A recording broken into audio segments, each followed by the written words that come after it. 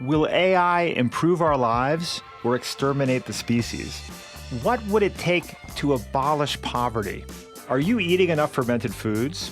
These are some of the questions we've tackled recently on The Next Big Idea. I'm Rufus Griscom, and every week I sit down with the world's leading thinkers for in-depth conversations that will help you live, work, and play smarter. Follow The Next Big Idea wherever you get your podcasts. Break language barriers instantly by translating up to 44 languages in real time with the HP AI PC, powered by the Intel Core Ultra processor. With the right tools, work doesn't have to feel like work. Learn more at hp.com/AIPC.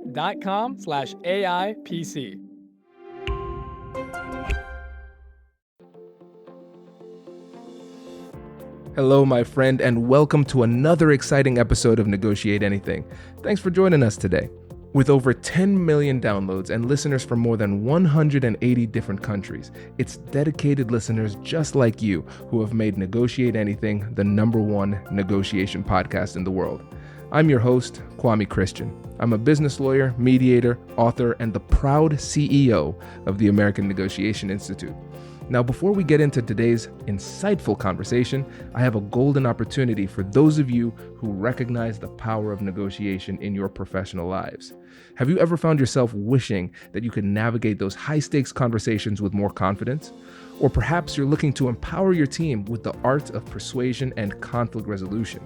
At the American Negotiation Institute, we've crafted specialized keynotes and workshops tailored for those very needs. We've transformed the negotiation skills of professionals worldwide, and we're eager to do the same for you. We believe the best things in life are on the other side of difficult conversations, and our goal is to help you improve your lives and the lives of those around you, one difficult conversation at a time. Don't let another challenging conversation leave you second guessing. Click the link in the description to discover how we can help you find confidence in conflict, negotiate better deals, and have stronger relationships. Because in the world of business, every conversation counts. And now, without further ado, let's jump into the interview. Ernest, thanks for joining us today. Hey man, it's good to be here. It's a long time coming. I'm excited to finally get a chance to talk it up with you on air. Let's do this. Yeah, man. Long time coming. I'm excited for this. So how about you get us started by telling us a little bit about yourself and what you do? Yeah, so I work with the Royal Oak Initiative. That ROI is the name of a chess-based mentoring organization that was given to me by Spirit about 8 years ago. So we use the game of chess to explore wisdom and to protect, heal, and build community. It's all started back when you and I met, back when I played you when I was in high school. It started as a mentoring organization and a way to connect people from different walks, different backgrounds. We connect mentally and we get to it and have some fun in the process. Absolutely. And listen, listeners, my friend Ernest here is very modest. Okay, so let's actually tell the story about how we officially met. So I'm good friends with Ernest's sister, Chantal. Shout out to Chantal. I'm sure she's going to listen to this episode too. And so my friend David Pickens and I, who's now a mechanical engineer, we're nerds. We like to play chess, and I know the listeners know this. I've played over 19,000 games on chess.com. So I fancy myself to be a good player. And I was playing with David and we were going back and forth. And then Chantal says, hey, my baby brother's coming to Ohio State next year. You should play him. He plays chess. We're like, oh yeah, let's get him. And so what ended up happening was we were playing online Yahoo Chess back in the day. And Ernest beat both me and David at the same time. And then we're like, you know what? That was horrible, but at least we're going to be bigger and stronger than him. And then he comes and he's like in better shape than both of us. We're like, who is this guy? So yes, Ernest is a mastermind and a great leader in the community. And he's using chess in a really dynamic way to build community. So can you go a little bit deeper into the Royal Oak Initiative, like what the outcomes are and how you're going about it? Yeah, for sure. So thank you for sharing the details of the story, and reliving that painful moment for yourself. No, that was cool. That was the beginning of our really cool friendship and brotherhood. But yeah, so the Royal Oak Initiative, man, it's really just here to fill a gap in the culture of chess. I'll say, is there's a lot of folk who would love to play and who maybe play on the sideline, they play at home. But we want to bring community together. You know, it's really a form of community organizing and social justice organizing through the game. And so a few of the main things that we do is we help activate and stand up chess clubs. Right, that's the basics, is bringing folk together, make sure people have a chance to play. A lot of folks play with their uncle or their granddad or their auntie or their cousin. But a lot of chess players have a hard time finding other players to connect with. And that was one of the problems we saw in the community, is that there was a lot of isolation. And so we wanted to make sure that every school, library, and recreation center in Central Ohio had a chess club. So we're working on that. We also want to bridge the gap between competitive and casual chess players via tournaments. Kwame mentioned that I grew up playing a little bit of chess. I started playing in about 4th grade. I think the story goes I picked up a book at a book fair, read it, and came home, and my dad, he played chess as well. We played a little bit. He stopped playing me once I beat him. A lot of parents do that. No, we played a couple times since then, but he got me a software program on chess, so I got a little decent. This was before the internet. Well, it was at the beginning of the internet, I'll say that. And so I grew up playing, but I didn't know about tournaments. I didn't know that I'm from Dallas, and the University of Texas at Dallas gives full ride scholarships for chess, right? At A&M gives scholarships for chess. There's a lot of colleges that have scholarships for chess. I didn't even know about it. This was in my backyard, right? And so one of my goals is to bridge the gap between competitive and casual chess players so that we can raise the stakes and raise the profile of competitive and casual chess merging. So yeah, the Royal Oak Chess League. We also do something I'm really excited about, which is the Royal Oak Chess Academy.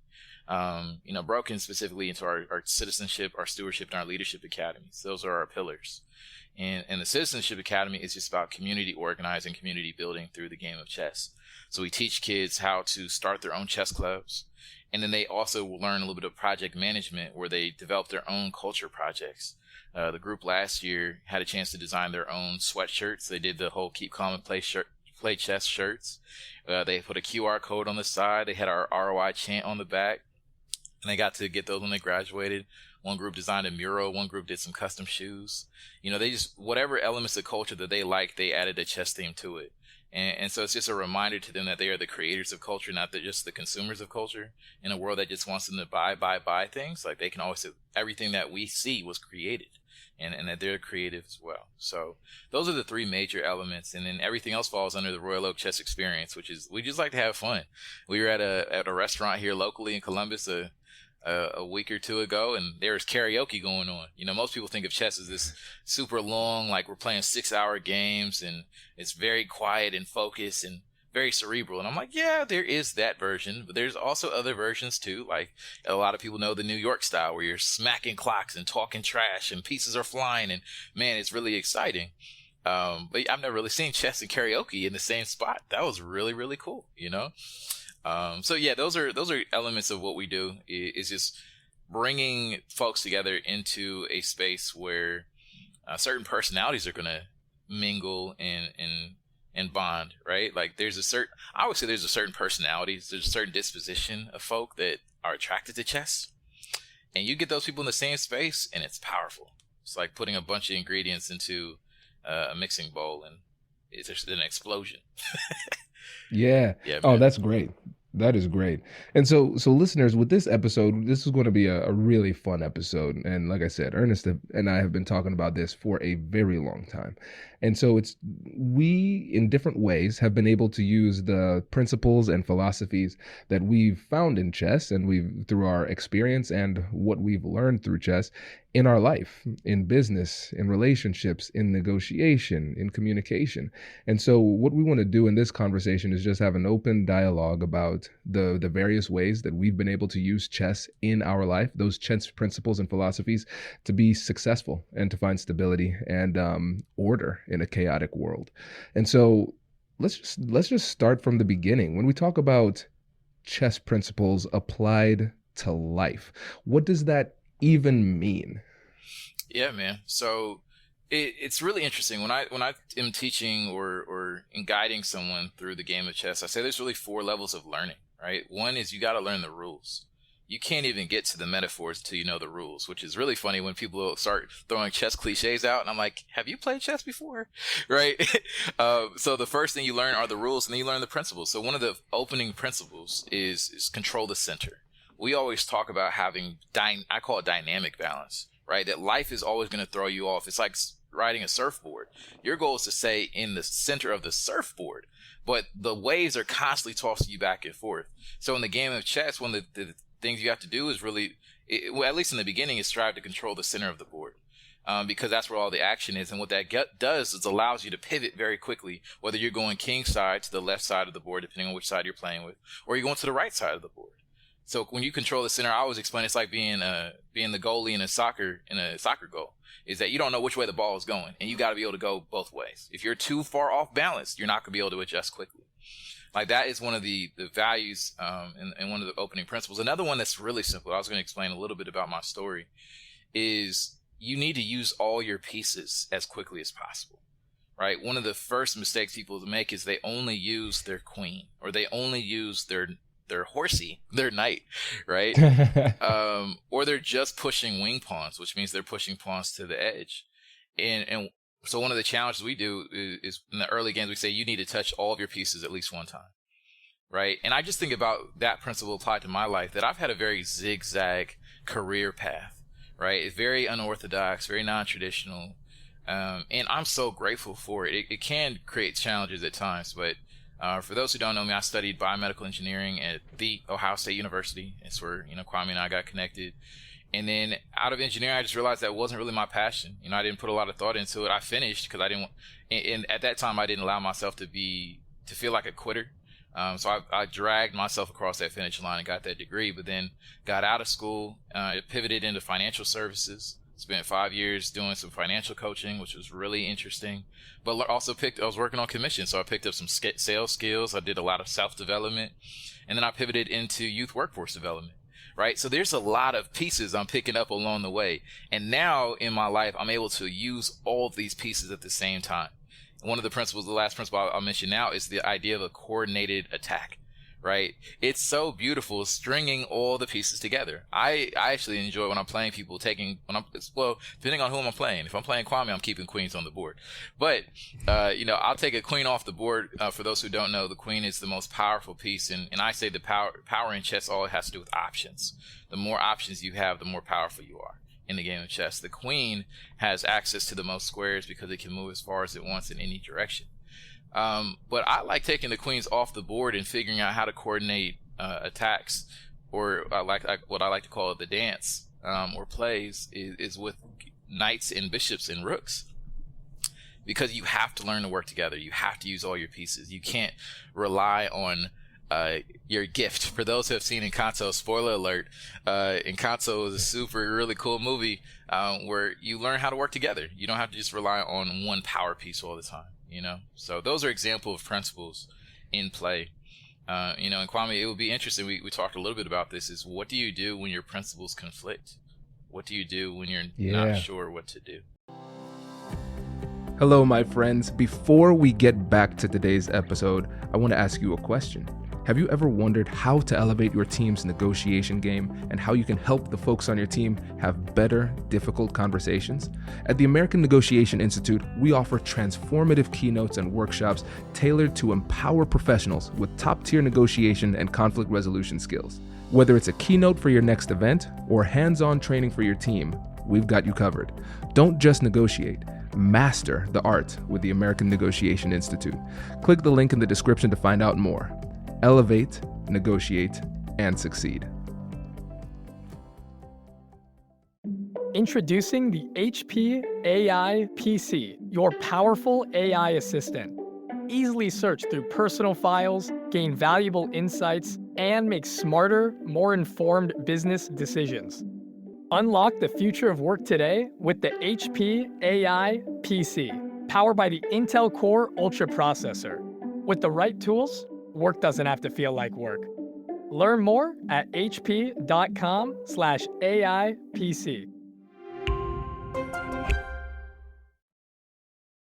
Yeah, and so this is great because one of the things we were talking about off camera was in chess when I don't know what to do, when I'm not quite sure what the move is, like in the middle game, I always used to struggle in the middle game because it wasn't always clear where their opportunity was. What I would do is I would rely on the fundamental chess principles. Like you said, let's just cover those three: control the center, use all your pieces, use a coordinated attack, right? And so I'd castle early, protect my king, try to move the rooks to the center, advance my center pawns, and try to control the center. I don't know where the opportunity is, but I know that if I'm in the right position, I'll be able to take advantage of the opportunity when it comes.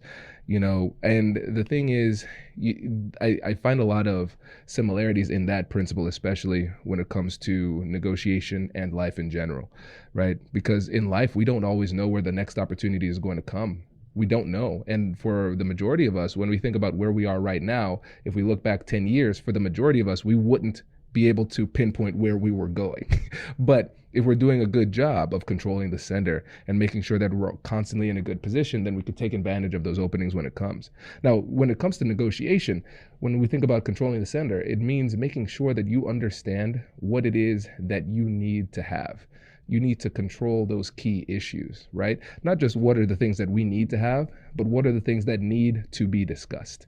It shows how important it is to set the agenda and make sure that you're having the conversation and sequencing the conversation in a way that makes sure that you're actually addressing these key issues, right? And again, you're not always sure what's going to happen in a difficult conversation. You don't always know which direction it's going to go.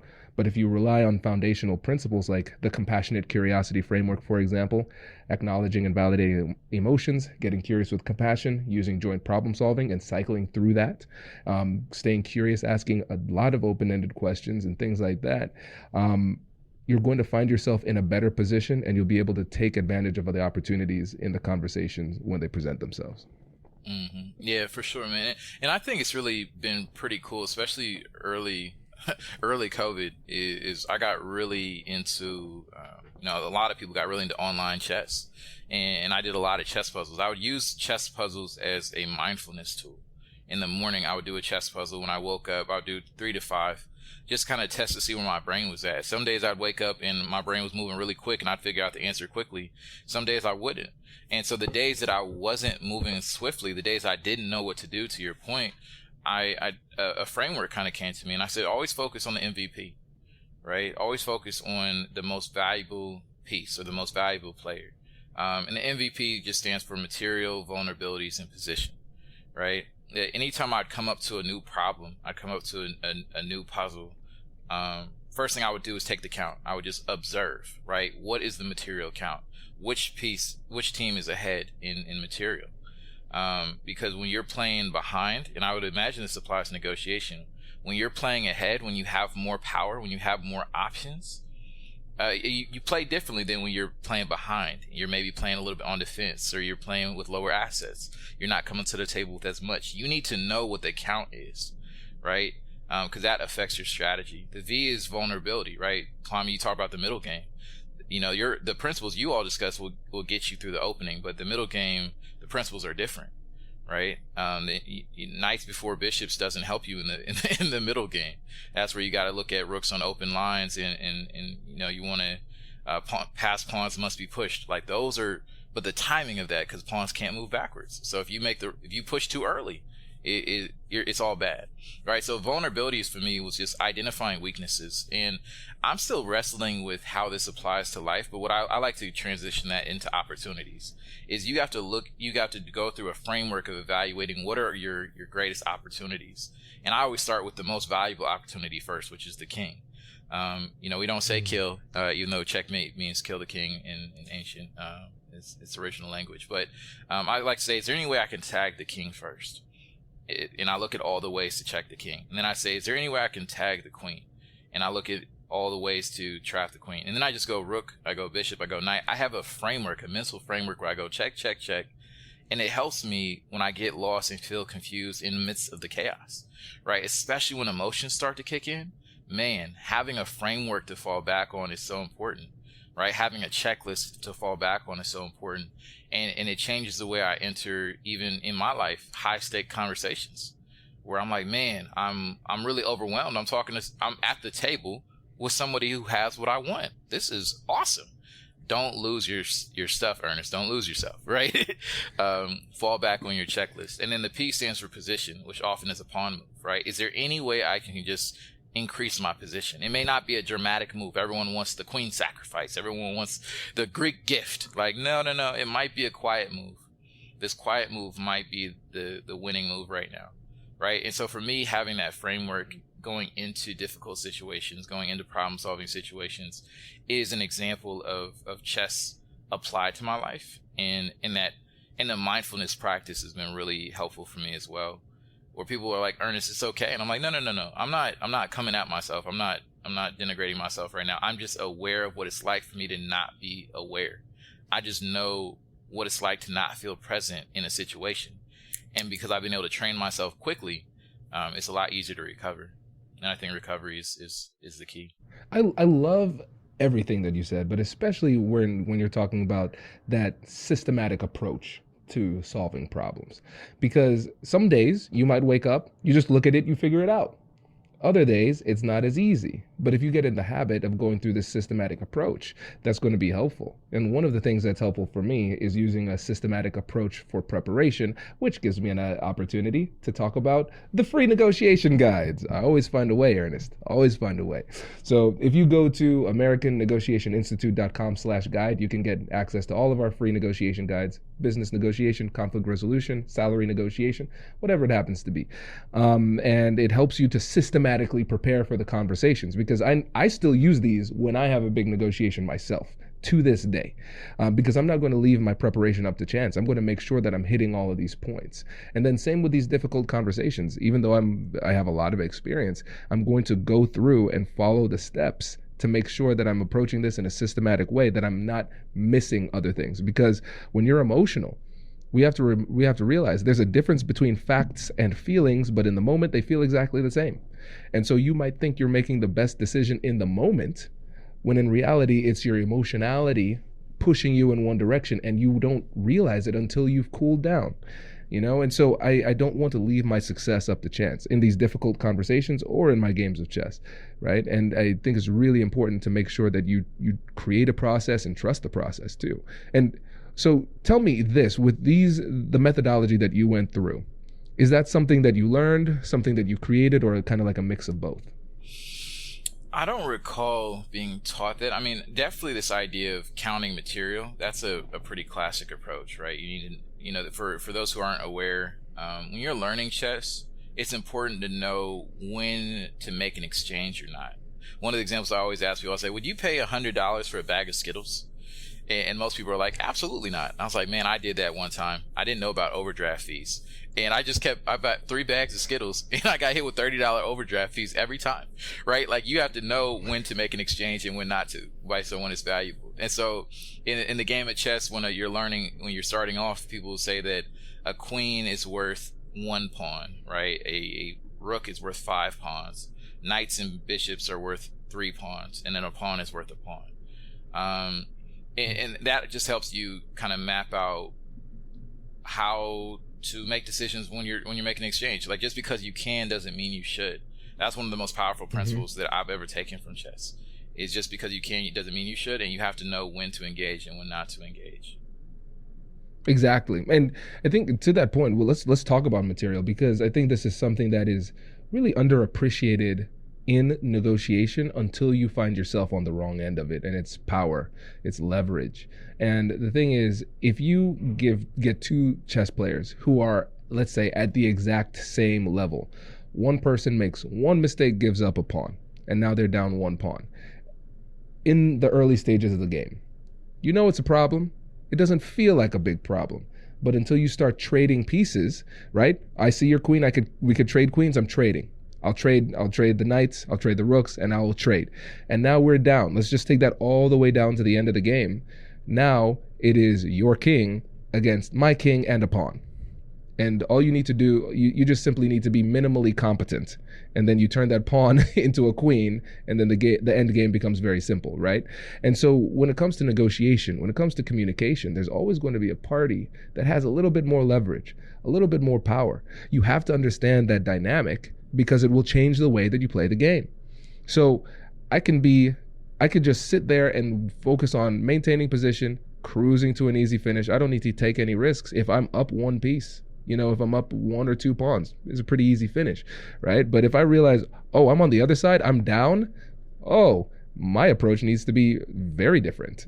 I have to change my strategy. I might not want to, but the circumstances may dictate that I have to, right? And so taking the time to take inventory of your position and then the material that's in play too, that's going to be important. And as it goes back to another thing that you said, options. The person who has the best options usually is the person who has the leverage. If you don't have many options, you don't have much power, right? And so I was just talking to Shane about this too. Whenever we're negotiating, we want to position ourselves to a place where we have the most options. We don't know which option is the best one, but I know probabilistically, if I have more options, one of them is probably going to be better. So I again, example of how we can use those principles, even though we're not exactly sure where things are going to go. Mm-hmm. Yeah, the other thing that reminds me of is 3 things we can probably get to maybe with time. One is the psychology of chess, which is so fascinating. And then 2 are gambits, right? For those who have been walking the planet in the last 2 years, have probably heard of the Queen's Gambit and how that just made this entire wave across the chess world and Netflix and whatnot. But people often are like, what is a gambit? A gambit is a temporary sacrifice. So to Kwame's point, you may be playing somebody who is going to sacrifice material early and make it look like they're playing down a material, but really what they're trying to do is set you up for the okie doke on the back end. It is a temporary sacrifice.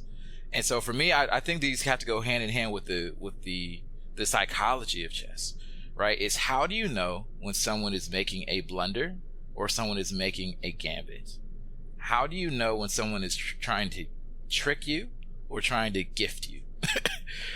And I think that is so important in high stakes conversations and high stakes negotiations, because when you got 2 really solid players at the table, they're pulling every trick out of the book.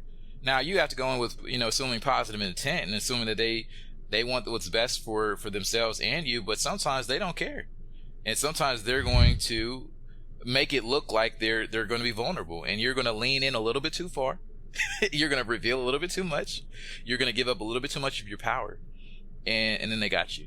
Right? So I just thought that was so interesting when you're saying this idea of playing down a material. I'm like, someone might go down a material intentionally to make themselves look weak. Mm-hmm. and then you're trapped. You're in too far. Exactly. Yeah, man.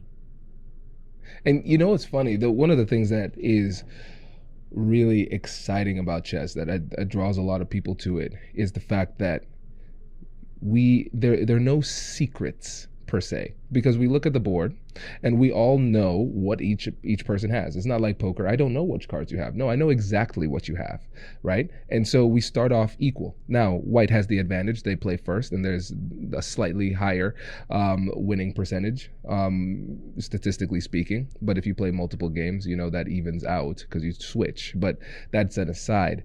But in negotiation, one of the things that's interesting, and just life in general, is that there is no perfect information. There's a lot that I don't know. No matter how much research I do, no matter how open you are, there's still going to be a lot that I don't know.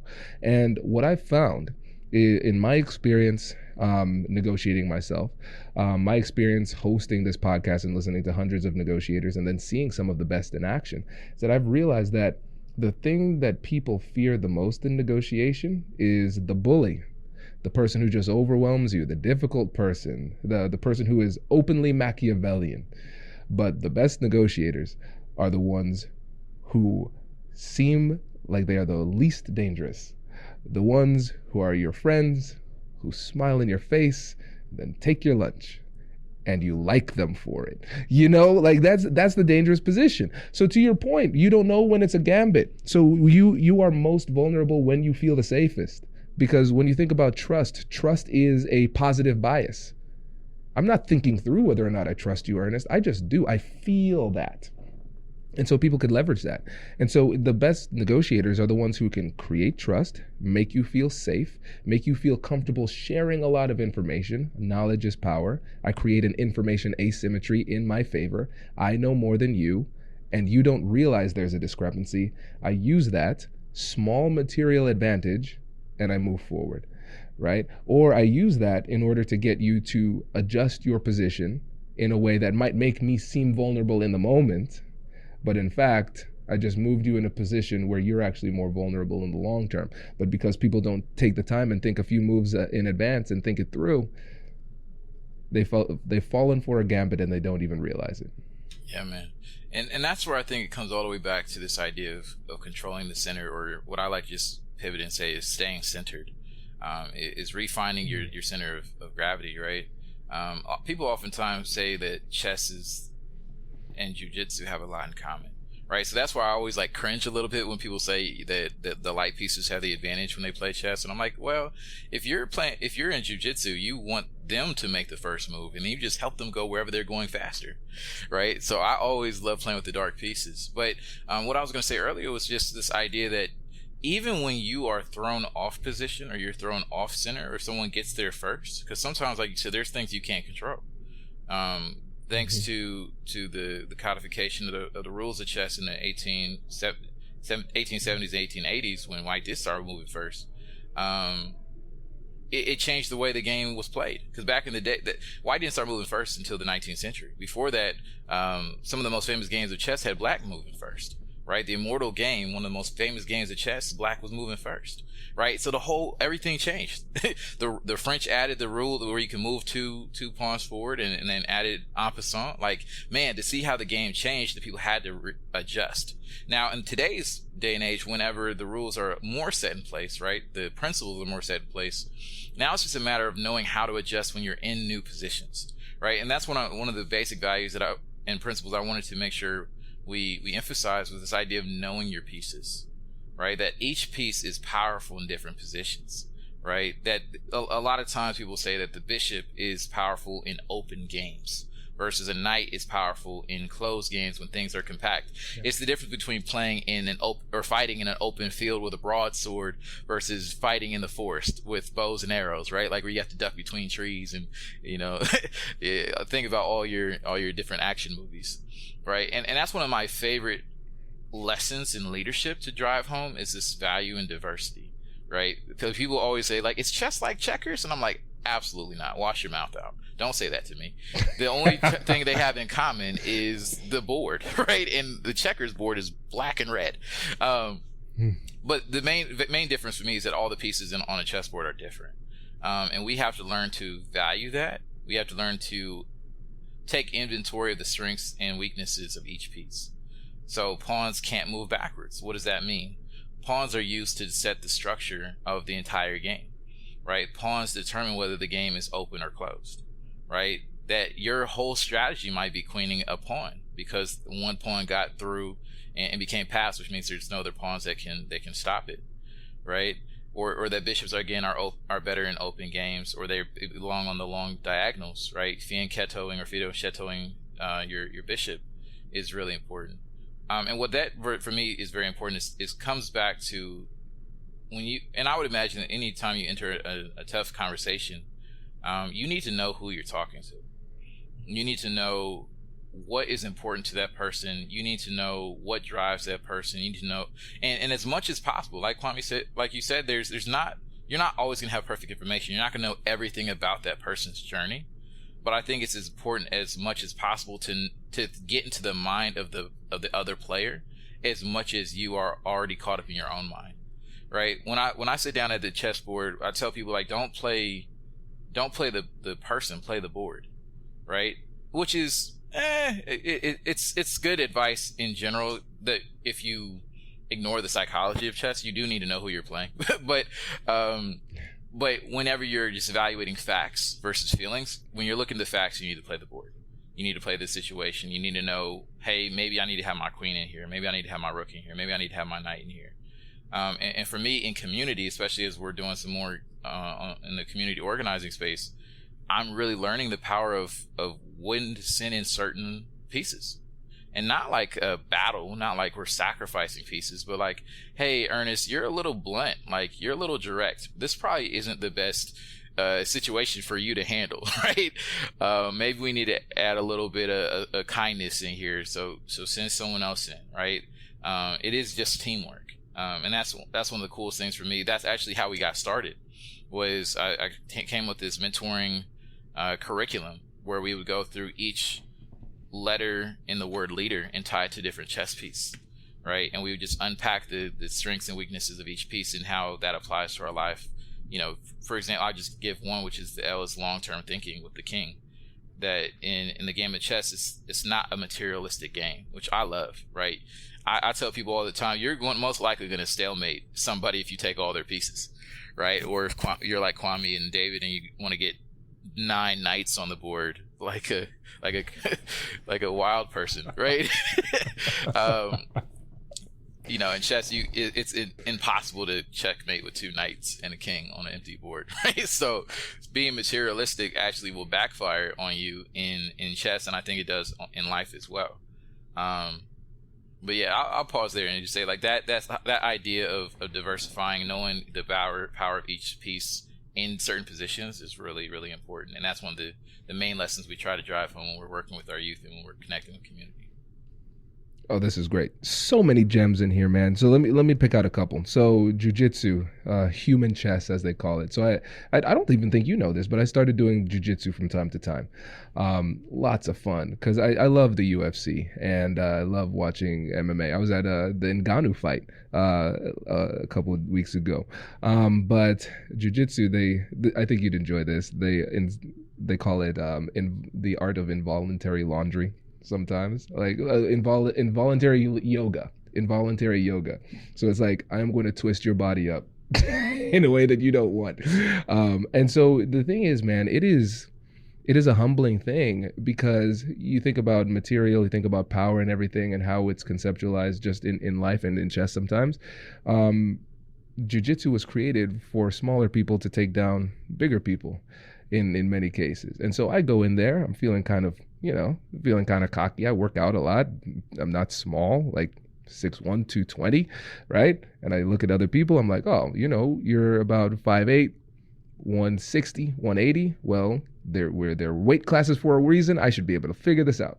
And so really, Ernest, all it was me just getting abused by smaller men over and over and over again, and it was super humbling. But one of the things that's interesting, because I think in many ways jiu-jitsu is more applicable to life than chess because there are asymmetries in body types, in all those types of things, right? And then also, this is the most fascinating thing, because I brought up chess to one of my teachers, and he said, yeah, here's the difference though, because in chess, you're forced to make a decision. You can't skip a move. I make a move, you make a move. But in jiu-jitsu, if I know where you're going, I can anticipate. I can make 2, 3, 4 moves before you make a move. I might make a move, you don't even realize I made a move. And that's how it is in life too. And so we have to remember, like, it's always your turn in life.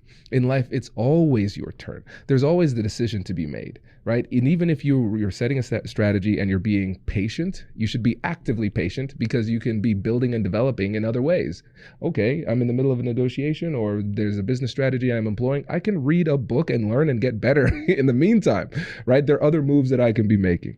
And the other thing that you talked about was diversity. Really interesting because the thing is, yeah, a queen is a great piece. But if I see somebody bringing out their queen 4th move, I'm saying, well, I'm certainly going to win this game because you're not very good. You don't know when to move your pieces at the right time, right? Each piece has a specific capability that's really interesting and really powerful that should be brought out in specific times that are specifically and narrowly tailored for that specific skill. And for me, as I'm building this company, we're hiring new people. I'm realizing that if I could hire clones of myself, that wouldn't even be desirable because there are people that have skills that I don't have. There are people who see things in ways that I can't even perceive. That's the crazy part. Like Katie, and she's really great at putting things together, structuring things and building the team. And for me, I'm just the visionary that sees things top level. I don't think about the process. I don't think about the structure. I don't think about the position the same way she does. But we complement each other really well in that way. So I think that the piece of diversity is critical. That's really important.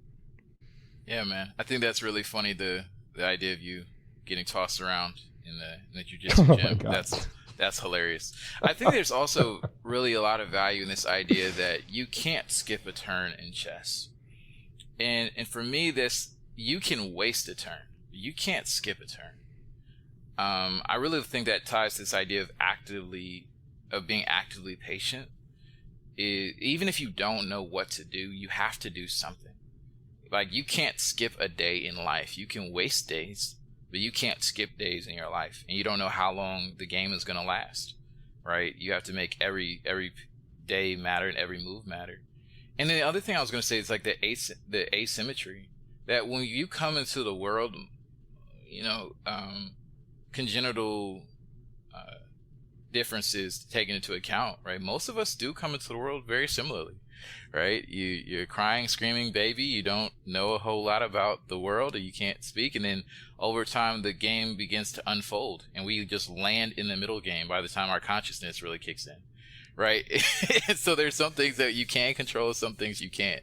And the other thing I was thinking about was that chess is not a perfect metaphor. And I think for folks who always try to pigeonhole it into being one, like you're losing the picture, which is that this is a training ground to develop your mental processes, right? Again, to your point earlier about preparation, this is a drill. Like, this is a really good simulation that will give you the skill set to go into a real world situation. And I just think about all the time how being, Kwame, you can relate to this, being a visionary is that you can see things oftentimes before they happen, right? But that is a skill that has to be developed. You have to practice that. You got to drill and rehearse. You have to, if you're afraid of the bully, then you need to find the most bulliest person in your life and be like, yo, let's practice some negotiation. Let's I tell people, look, oh man, we didn't even talk about that. I said, I love losing. Everyone's like, everyone cue the gasp. He said he loves losing. I didn't say I like losing. I said I love losing.